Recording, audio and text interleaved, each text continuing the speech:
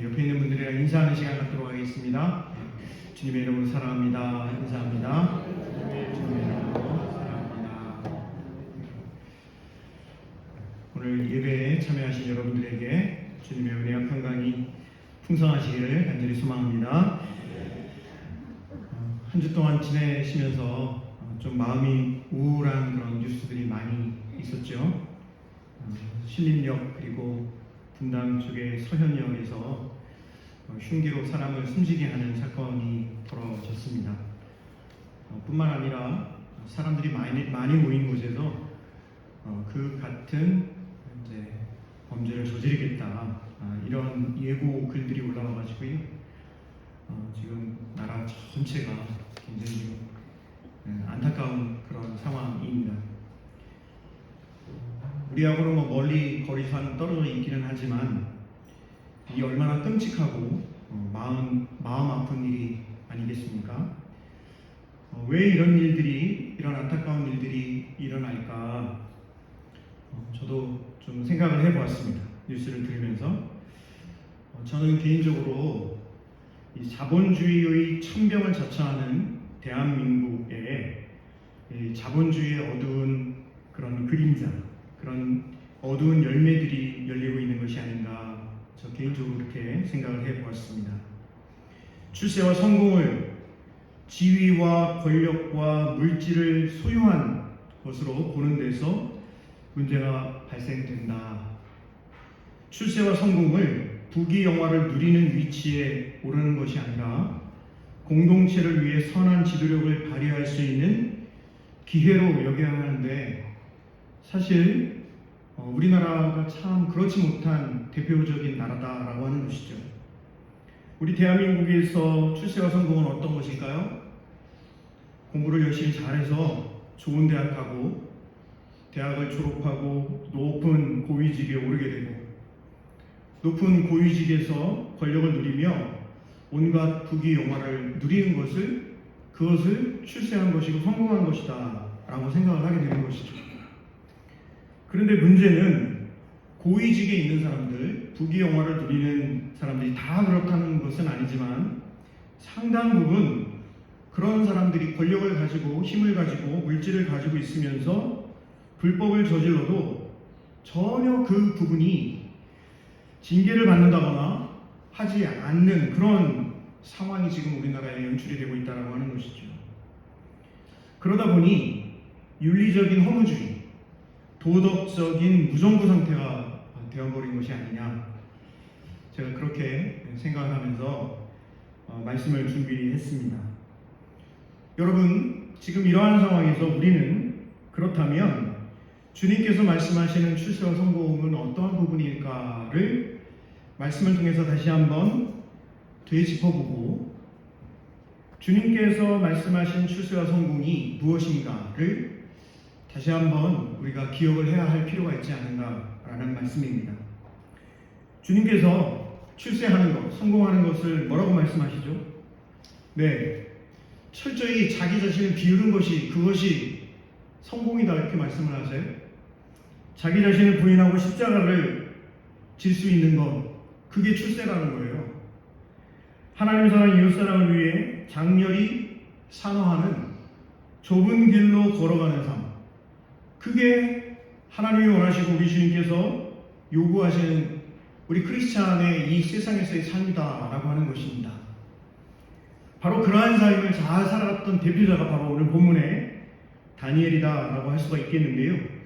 오늘 본문 다니엘 2장의 말씀을 여러분들에게 제가 쭉 설명을 좀 드리려고 합니다. 잘 알고 계시는 말씀이기는 하지만 오늘 이 말씀을 통해서 저와 여러분이 느부갓네살 왕이 다니엘에게 너의 하나님은 참으로 이러한 분이다 라고 고백했던 것처럼 우리 크리스찬, 특별히 오늘 주일 예배에 참여한 저와 여러분들의 삶 자체가 아직 예수님을 알지 못하고 하나님을 알지 못하고 혹 예수님을 믿고 있는다 하더라도 철저히 개인적인 욕심에 의해서 신앙생활을 하고 있는 사람들이 우리의 모습을 보고 당신이 믿는 그 하나님은 참으로 이러한 분이군요 라고 고백할 수 있는 그러한 삶을 살아갈 수 있는 저와 여러분들이 다 되실 수 있기를 간절히 소망합니다. 여러분, 느부갓네살 한번 따라해 주실까요? 느부갓네살은요 바벨론 제국의 왕입니다. 이 느부갓네살이 남유다를 멸망시키고 남유다의 모든 좋은 것, 심지어는 뛰어난 소년들까지 다 포로로 잡아간 이 느부갓네살 왕입니다. 제가 오늘 아침에 중고등부 친구들이랑 말씀을 나눌 때 제가 바벨론 제국을 뭐라고 표현을 했냐면, 로마 제국, 바벨론 제국 이런 제국들을 뭐라고 표현했냐면, 오늘날의 미국, 중국, 러시아, 일본 이런 나라를 다 합친 것보다도 더 힘이 센 제국이 로마 제국이다, 바벨론 제국이다, 이렇게 설명을 했거든요. 엄청나게 강한 나라가 바로 바벨론 제국이고요. 그 나라를 세운 사람이 바로 느부갓네살 왕입니다. 여러분 한번 생각을 해보세요. 느부갓네살은 세계를 제패한 지상 최고의 권력자가 되었습니다. 하지만 제국에 대한 앞으로의 일에 대한 불안으로 밤마다 악몽에 시달립니다. 참으로 무서운 역설 아니겠습니까? 여러분들이 아마 중국 여행을 베이징 북경에 가보시면 그 궁궐이 있지 않습니까? 그 궁궐에는 나무가 하나도 없어요. 나무가 왜 하나도 없을까요?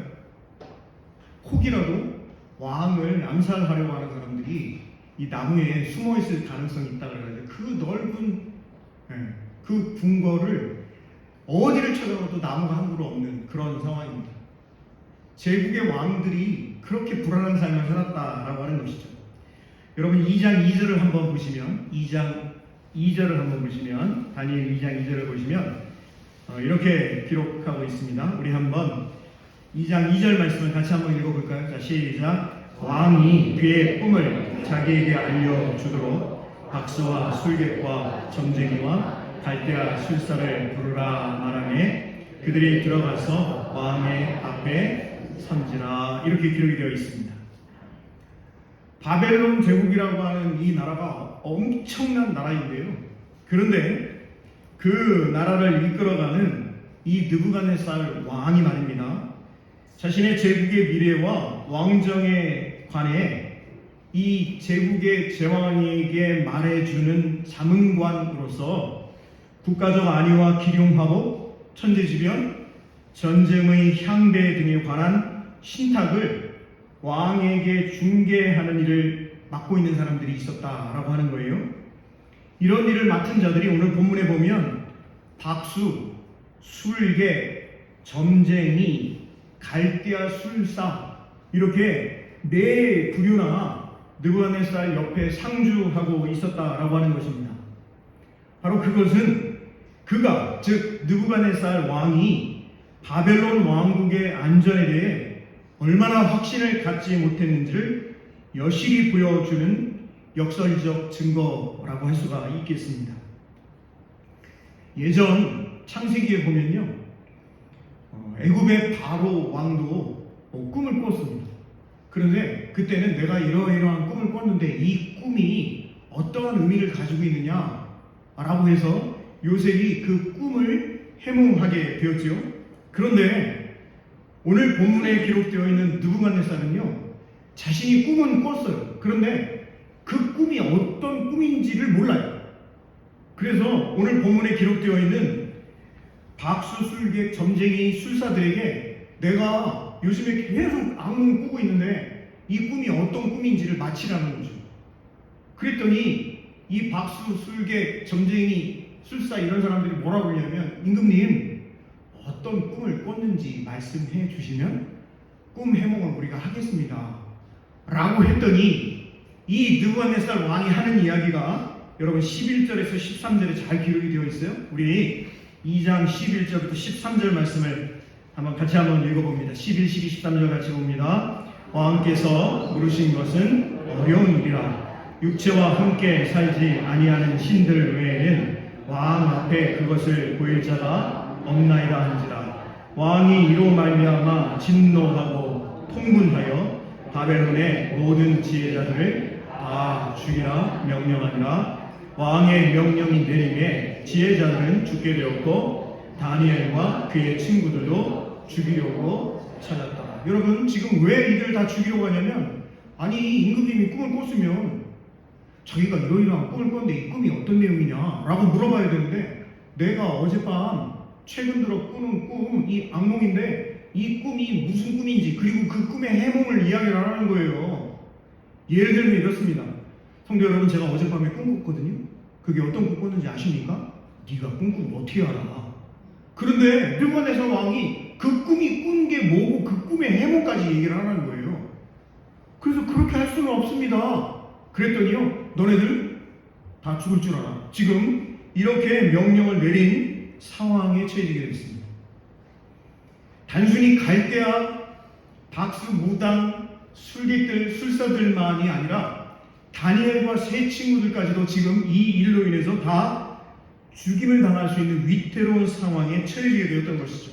자, 이때 다니엘이 어떤 행동을 취하는지가 14, 15, 16절에 잘 기록이 되어 있습니다. 우리 14, 15, 16절을 같이 봅니다. 그때 왕의 근위대장 아리옥이 바벨론 지휘자들을 죽이러 나가매 다니엘이 명철하고 슬기로운 말로 왕의 근위대장 아리옥에게 물어 이르되 왕의 명령이 어찌 그리 급하냐 하니 아리옥이 그 일을 다니엘에게 알리매 다니엘이 들어가서 왕께 구하기를 시간을 주시면 왕에게 그 해석을 알려드리리이다 하니라.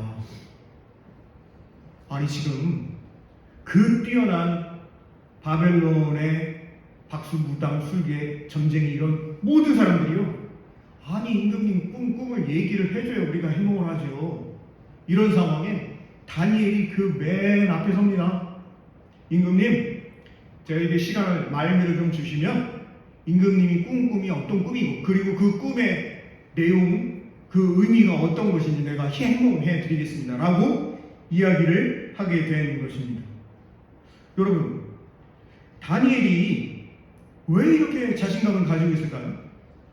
다들 지금 왕의 명령이 지금 급한 명령이기 때문에 다 죽게 된 상황에서 다들 걸어가 나서라, 도망가기 바쁠 텐데 오히려 다니엘은 왕에게 시간을 좀 주시면 왕이 어떤 꿈을 꿨는지, 그리고 그 꿈 내용과 해몽까지 다 이야기를 하겠다라고 지금 이야기를 하고 있습니다. 어디서 이런 자신감이 붙게 되었을까요? 1장 17절입니다. 여러분, 한번 1장 17절 한번 읽어보도록 하겠습니다. 1장 17절 같이 봅니다. 하나님이 이 네 소년에게 학문을 주시고 모든 서적을 깨닫게 하시고 지혜를 주셨으니 다니엘은 또 모든 환상과 꿈을 깨달아 알더라. 그렇습니다. 다니엘과 세 명의 친구입니다. 하나냐, 미사엘, 아사랴. 이 세 명의 친구 총 4명이잖아요. 하나님께서 성경 어렸을 때부터 말씀으로 교육받고 훈련받은 이 네 소년에게 1장 17절에 보면 학문을 주셨다는 거예요. 모든 서적을 깨닫게 해주셨대요. 지혜를 주셨대요. 뿐만 아니라 다니엘에게는 모든 환상과 꿈을 깨달아 알 수 있는 그런 능력을 하나님께서 부어주셨다라고 기록이 되어 있고, 그 하나님의 능력을 다니엘이 확신하고 신뢰하고 있는 모습을 볼 수가 있습니다. 우리 교회도 그렇고요, 우리 주변에도 공부를 아주 잘하는 그런 분들이 계십니다. 그런 청년들도 많이 있고요. 근데 우리가 한 가지 분명히 해야 할 것이 있습니다. 물론 본인이 열심히 수고하고 애쓰고 노력하고 땀을 흘려서 공부 열심히 한 건 맞습니다. 하지만 근본적으로 하나님께서 지혜를 주시고 학문을 주시고 글을 읽고 깨닫게 할 수 있는 능력은 하나님께서 달란트로, 선물로 주셨다라고 하는 것을 잊으면 안 된다라고 하는 사실입니다. 여러분, 다니엘이 하나님께서 주신 이 지혜와 명철, 모든 서적을 깨닫게 되는, 모든 학문을 잘 닦을 수 있는 그런 은혜를 주시고, 그리고 꿈을 해몽할 수 있는 모든 이상을 해몽할 수 있는 그런 능력을 가졌다라고 해서 뭐 하나님이 나한테 주셨으니까 결코 교만하지 않았다라고 하는 사실이에요. 자기 친구들에게 뭐라고 이야기를 하냐면 이렇게 이야기를 합니다. 여러분 2장 17절, 18절, 19절 한번 같이 한번 읽어보겠습니다. 2장 17, 18, 19절 같이 봅니다. 이에 다니엘이 자기 집으로 돌아가서 그 친구 하나냐와 미사엘과 아사랴에게 그 일을 알리고 하늘에 계신 하나님이 이 은밀한 일에 대하여 불쌍히 여기사 다니엘과 친구들이 바벨론의 다른 지혜자들과 함께 죽임을 당하지 않게 하시기를 그들로 하여금 구하게 하니라. 19절 이에 이 은밀한 것이 밤의 환상으로 다니엘에게 나타나 보이기에 다니엘이 하늘에 계신 하나님을 찬송하니라. 그렇습니다. 모든 지혜자들이 다 죽임을 당하게 된 그런 위기의 상황에서 하나님께서 자기에게 주신 달란트를 이때를 위해서 내가 사용해야 되겠다. 그리고 친구들에게 함께 기도하자. 우리가 하나님의 뜻을 구하자. 기도를 했더니 하나님께서 이 은밀한 모든 것을 하나님이 깨닫게 해주시고 알려주시고 보여주시게 되었던 것이죠. 그랬더니 다니엘이 어떻게 하는 줄 아십니까? 하늘에 계신 하나님을 19절 마지막에 보면 뭐 했다라고 되어 있죠? 그렇습니다. 하늘에 계신 하나님을 찬송하고 있습니다. 이 모든 것 깨닫게 하시고 보여주시고 알게 하신 분은 하나님이십니다 라고 찬송을 하고 있는데요. 그 찬송의 내용이 20절부터 23절에 기록이 되어 있어요. 우리 20절부터 23절 말씀 같이 한번 읽어볼 텐데, 저와 여러분이 다니엘이 된 것처럼, 그리고 다니엘과 세 친구들이 하나님 앞에 같이 찬양한 것처럼 그렇게 찬양하는 마음으로 20절부터 23절 말씀 같이 읽고 우리가 믿음을 고백하는 시간 갖도록 하겠습니다. 같이 봅니다. 다니엘이 말하여 이르되 영원부터 영원까지 하나님의 이름을 찬송할 것은 지혜와 능력이 그에게 있음이로다. 그는 때와 계절을 바꾸시며 왕들을 폐하시고 왕들을 세우시며 지혜자에게 지혜를 주시고 총명한 자에게 지식을 주시는도다. 그는 깊고 은밀한 일을 나타내시고 어두운 데에 있는 것을 아시며 또 빛이 그와 함께 있도다. 나의 조상들의 하나님이여, 주께서 이제 내게 지혜와 능력을 주시고 우리가 주께 구하는 것을 내게 알게 하셨사오니 내가 주께 감사하고 주를 찬양하나이다. 곧 주께서 왕의 그 일을 내게 보이셨나이다 하니라. 할렐루야.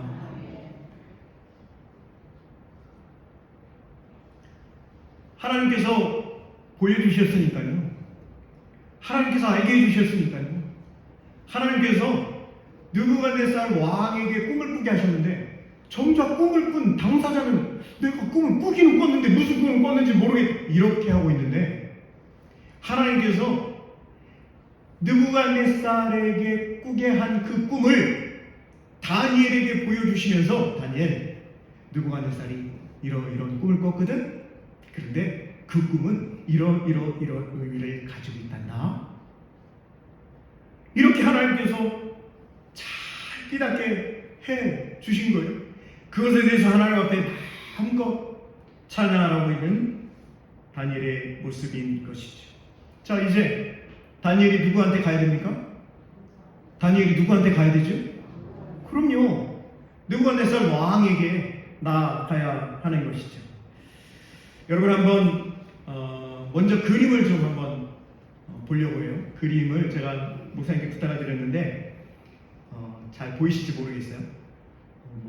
여러분들이 가지고 있는 스마트폰에 검색을 해서 다 잘 나와 있는 그림입니다. 이게 느부갓네살 왕이 꾼 꿈을 그림으로 표현한 거예요. 이런 신상이 서 있는 것을 꿈에 봤다는 거예요. 그래서 여러분 잘 보실지 모르겠는데 머리는 금으로 되어 있고요.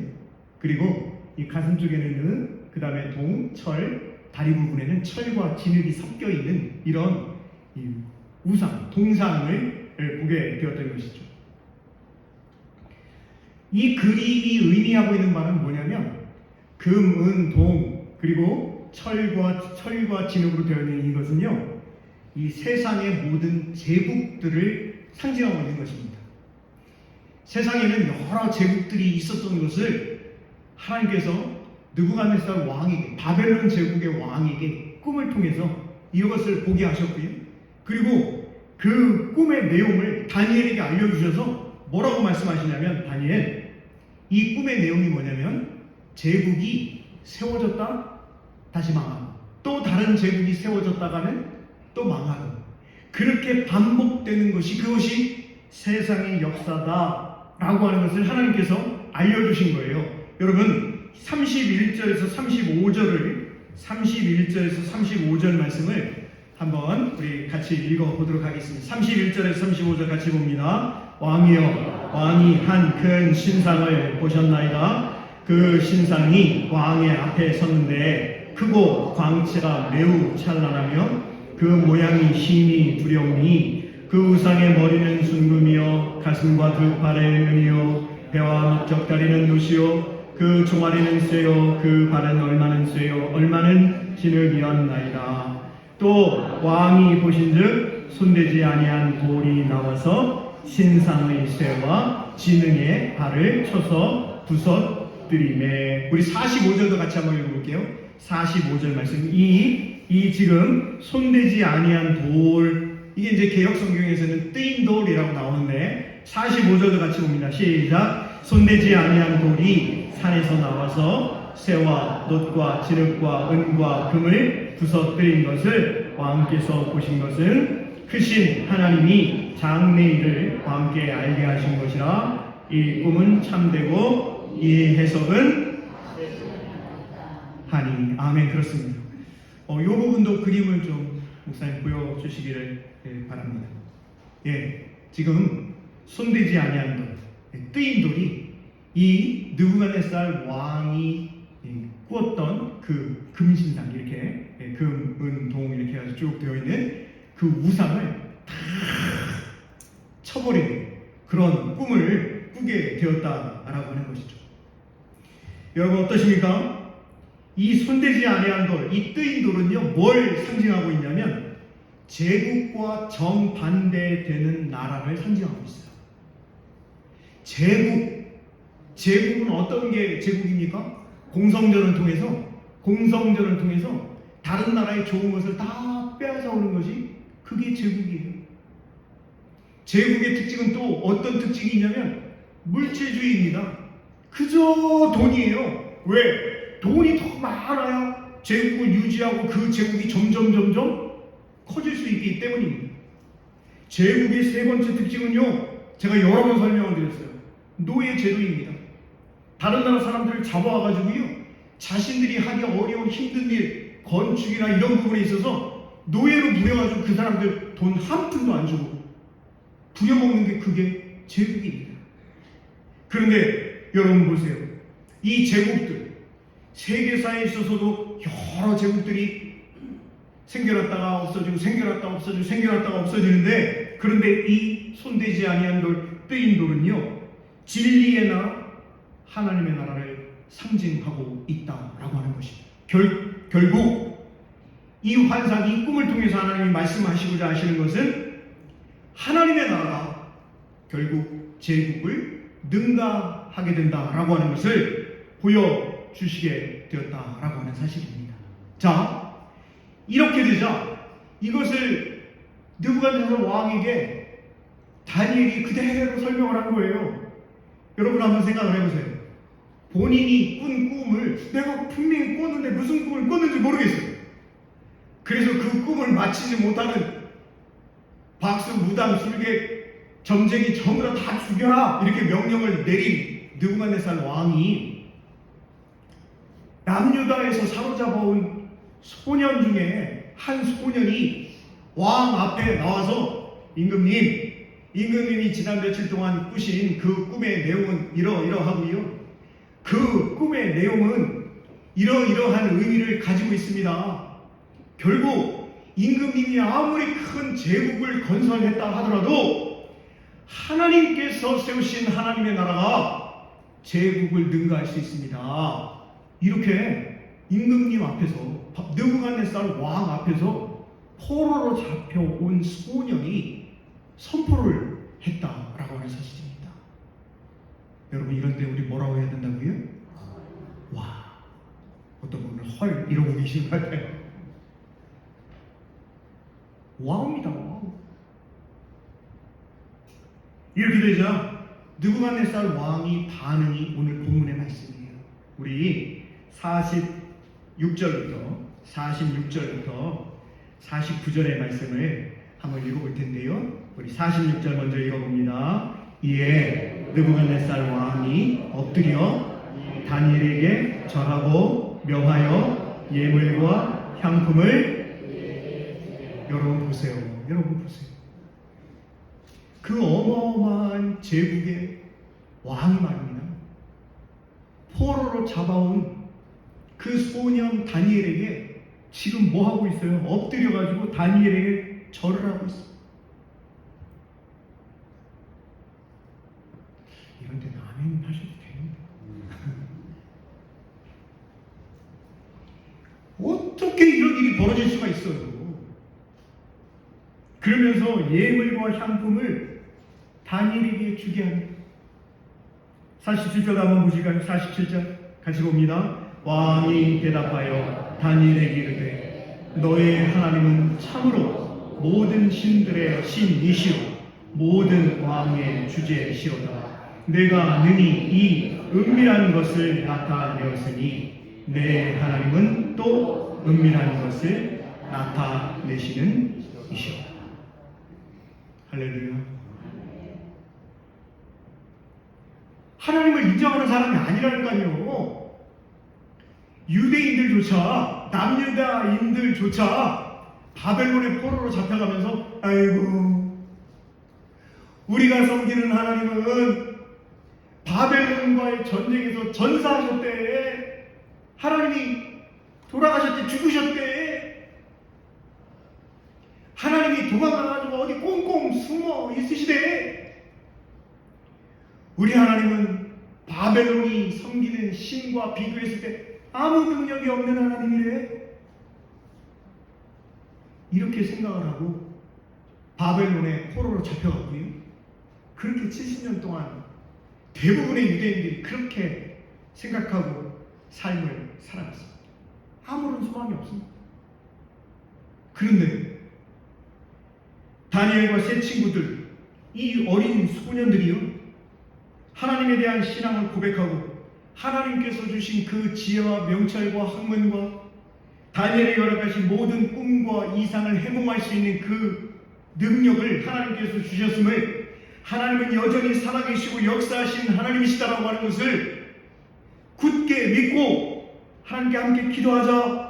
이 일을 통해서 하나님이 우리에게 말씀해 주실 거야 라고 기도하고 깨달은 바를 왕에게 분명히 선포하고, 임금님, 지금 임금님이 그렇게 잘 나간다고 뻐기고 온 세계를 통치하는 그런 제국의 왕이라고 아무리 그래도 결국 하나님의 나라 뜨인 돌, 손대지 아니한 돌이 모든 제국을 능가할 수 있고 모든 제국을 파괴할 수 있는 하나님, 살아계신 하나님의 역사를 깨달으시길 바랍니다 라고 했을 때 왕이 그냥 엎드리는 겁니다.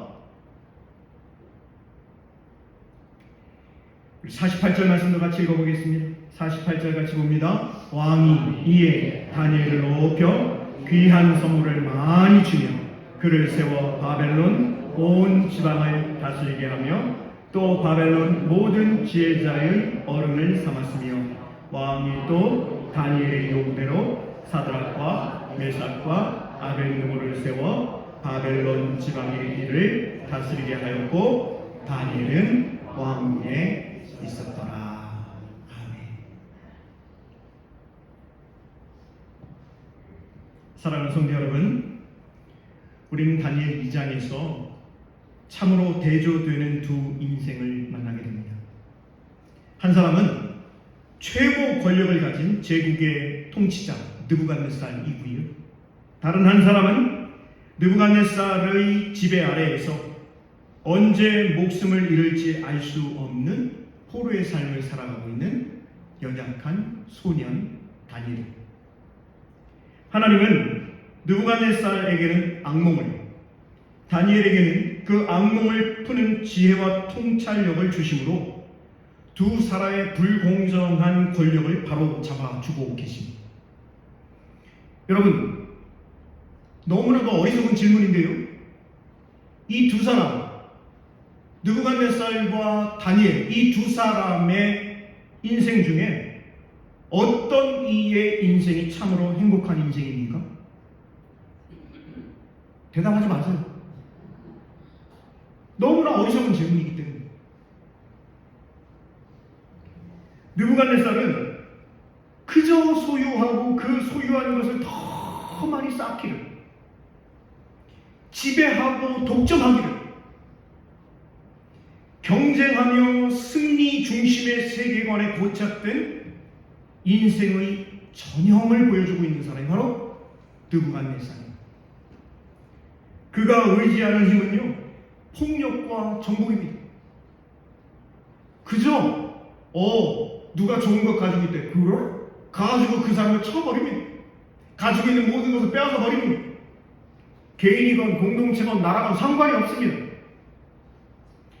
느부갓네살에게 세상은 무한한 자기 소유를 넓힐 수 있는 먹잇감에 불과했습니다. 그렇다면 세계를 정복한 느부갓네살이 저와 여러분들이 그토록 바라는 출세와 성공의 삶입니까? 반면 자신의 조국과 인생이 송두리째 난파되는, 조국이 그냥 망해버렸습니다. 바벨론에 의해서 완전히 망해버렸습니다. 심지어 어느 정도로 망했어요? 자기가 낳은 아들을, 자기가 낳은 딸을 솥에 넣어 삶아 먹어야 하는 그런 상황, 그렇게 망한 그 나라가 남유다였고, 그 남유다 출신의 사람이 바로 다니엘이었습니다. 다니엘은 제가 좀 전에 말씀드린 대로 언제 어떻게 죽을지 모르는 상황입니다. 그런데 그는 하나님의 선하심과 인자하심을 결코 의심하지 않았습니다. 하나님 앞에 자신을 정결한 그릇으로 준비한 다니엘은 하나님의 지혜와 지식, 영적 통찰력과 분별력이 뛰어난 사람으로 성장해 가고 있습니다. 다니엘은 몇백 년 후에 올 세계 제국들의 흥망성쇠를 환히 꿰뚫어 볼 수 있는 선견자였고, 최고의 국가 경영 컨설턴트를 하고 있는 것입니다. 다니엘 2장 45절, 손대지 아니한 돈, 뜨인 돈, 이것은요, 교만한 제국을 부서뜨리는 자기 부인의 영성이요, 하나님에 대한 절대 복종이 가져온 하나님의 능력이었습니다.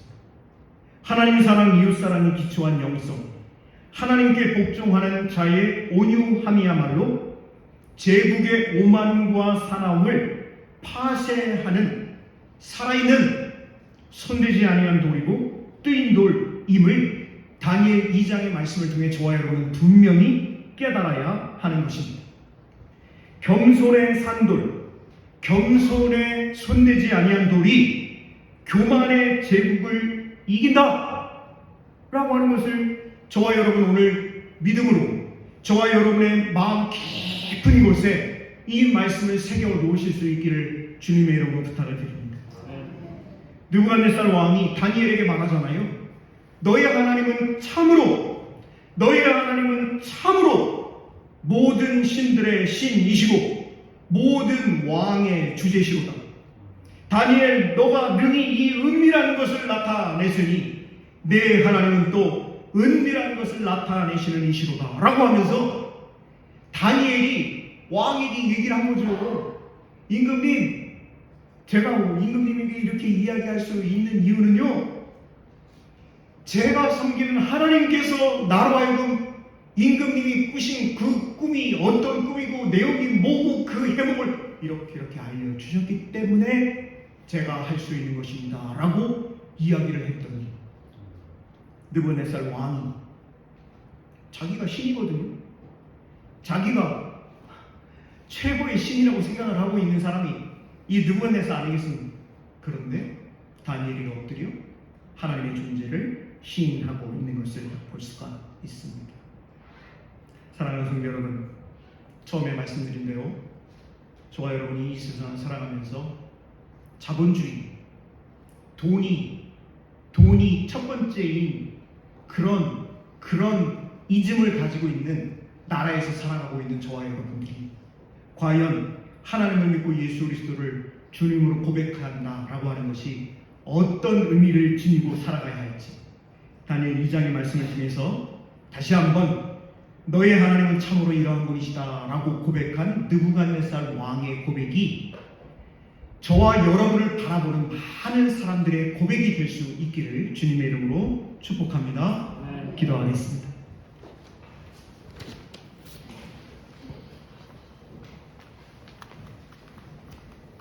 지금도 살아계시고 역사하시는 하나님 아버지, 우리의 인생에 큰 어려움이 있을 때 바로 그때 참 진리이신 하나님을 만날 수 있는 절호의 기회임을 잊지 않게 도와주옵소서.